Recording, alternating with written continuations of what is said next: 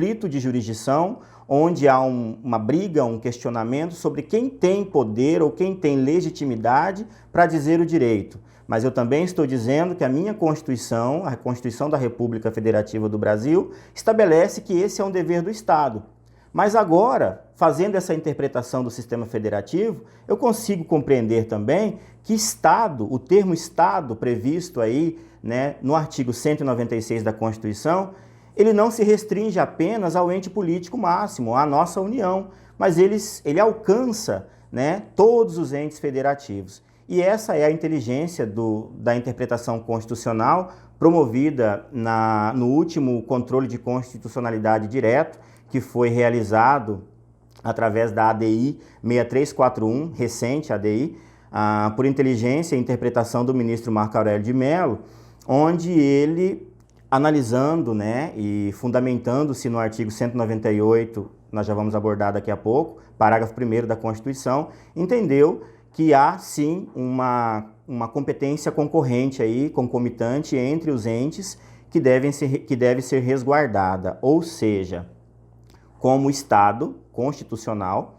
né, segundo previsão do artigo 96 da Constituição Federal, o dever da promoção de saúde não se restringe ou não brinda apenas a União ou a força federativa, né, o poder federativo, mas sim todos os entes da federação. Tá? Feitas essas considerações, apenas para que a gente pudesse compreender melhor, né, o porquê desses conflitos existentes, eu quero caminhar um pouquinho mais. Nós vamos entrar então diretamente nos conflitos jurisdicionais que se derivam das políticas de enfrentamento ao Covid-19. Eu disse então que nós tivemos aí tempo para conhecer a doença, ainda que pouco, né?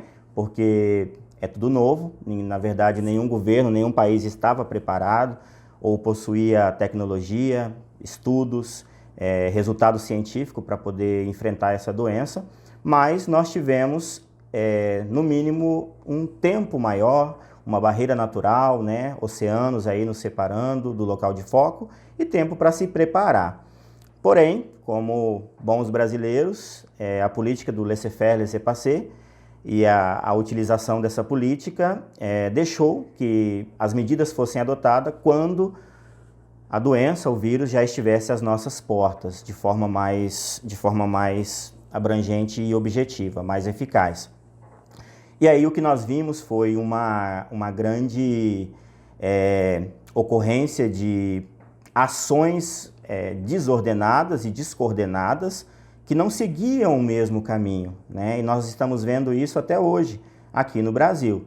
As ações de controle e combate ao Covid-19 no Brasil, elas não seguem um ritmo harmônico, um ritmo coordenado, né? Nós vemos que também dada a grande extensão territorial do Brasil, né, nós temos pontos divergentes onde em cada ponto do Brasil há um nível maior de contágio, há um nível maior e uma resposta mais dura, mais severa ou mais eficaz que tem que ser adotada pelos nossos administradores e pelos nossos governantes.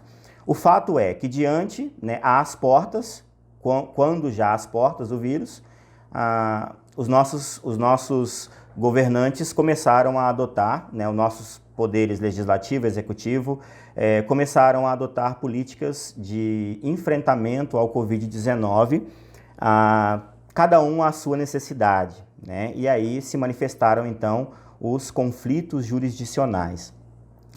De início, dando aquele exemplo que eu falei, que quando eu passei pelos aeroportos internacionais em fevereiro, no retorno para o Brasil, apenas um cidadão estava utilizando máscara de proteção individual. Um dos grandes questionamentos aqui no Brasil foi de que o governo não adotou uma política de prevenção em encerrar as atividades dos aeroportos internacionais e o ingresso de estrangeiros no solo brasileiro de maneira a frear o contágio, né? Esse foi um dos grandes pontos.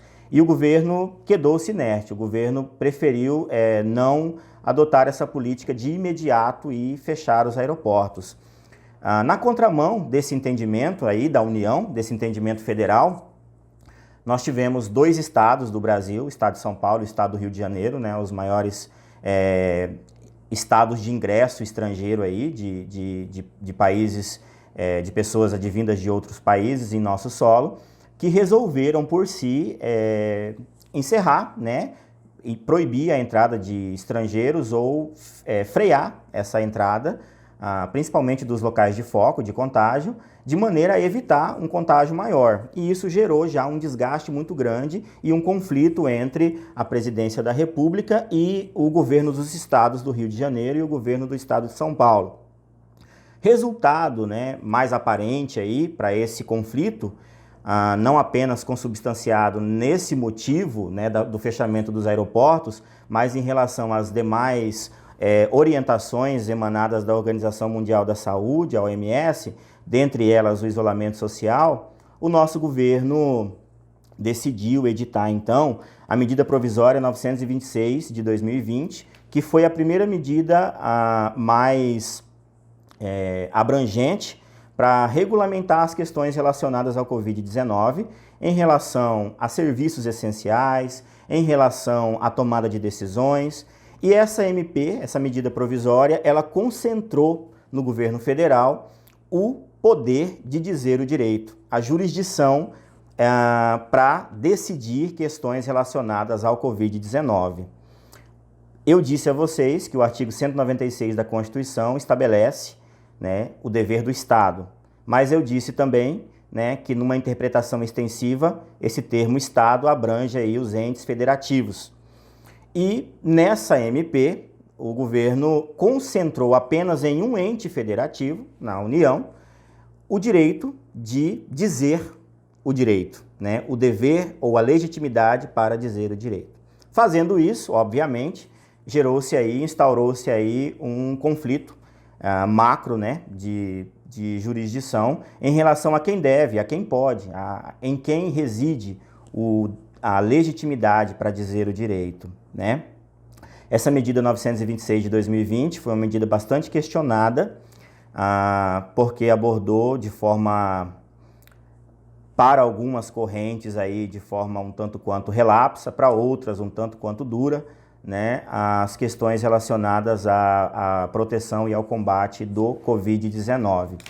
Como resultado dessa medida provisória assinada pelo nosso presidente Jair Messias Bolsonaro, o Partido Democrático Trabalhista, o PDT do Brasil, ingressou com uma ação declaratória de inconstitucionalidade. E aí, no meio da minha pesquisa, eu pude vivenciar, né, esse conflito de jurisdição na prática, onde a Presidência da República editou uma medida provisória e o Partido Democrático Trabalhista entrou com uma ação declaratória de inconstitucionalidade, uma ADI, que é um instrumento de controle de constitucionalidade direto, concentrado, né, o meio pelo qual se questiona no Supremo Tribunal Federal a legalidade, né, da constitucionalidade da norma, no caso da MP.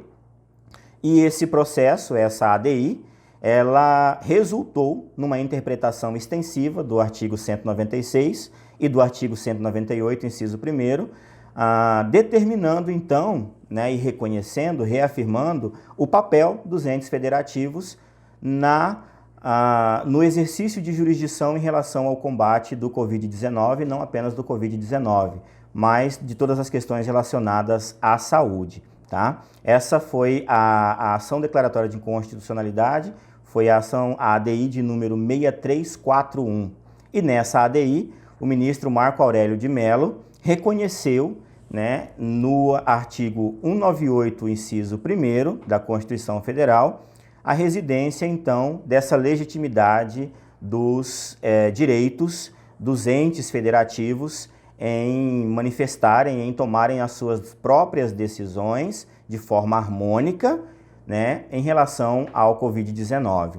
Eu quero novamente, né, pedir vênia aos senhores e licença para ler o artigo 198, o inciso 1º, que foi a base fundamentada do ministro do Supremo Tribunal Federal para a inteligência desse acórdão que foi proferido, tá? Ele disse, a Constituição diz assim, artigo 198, parágrafo 1º.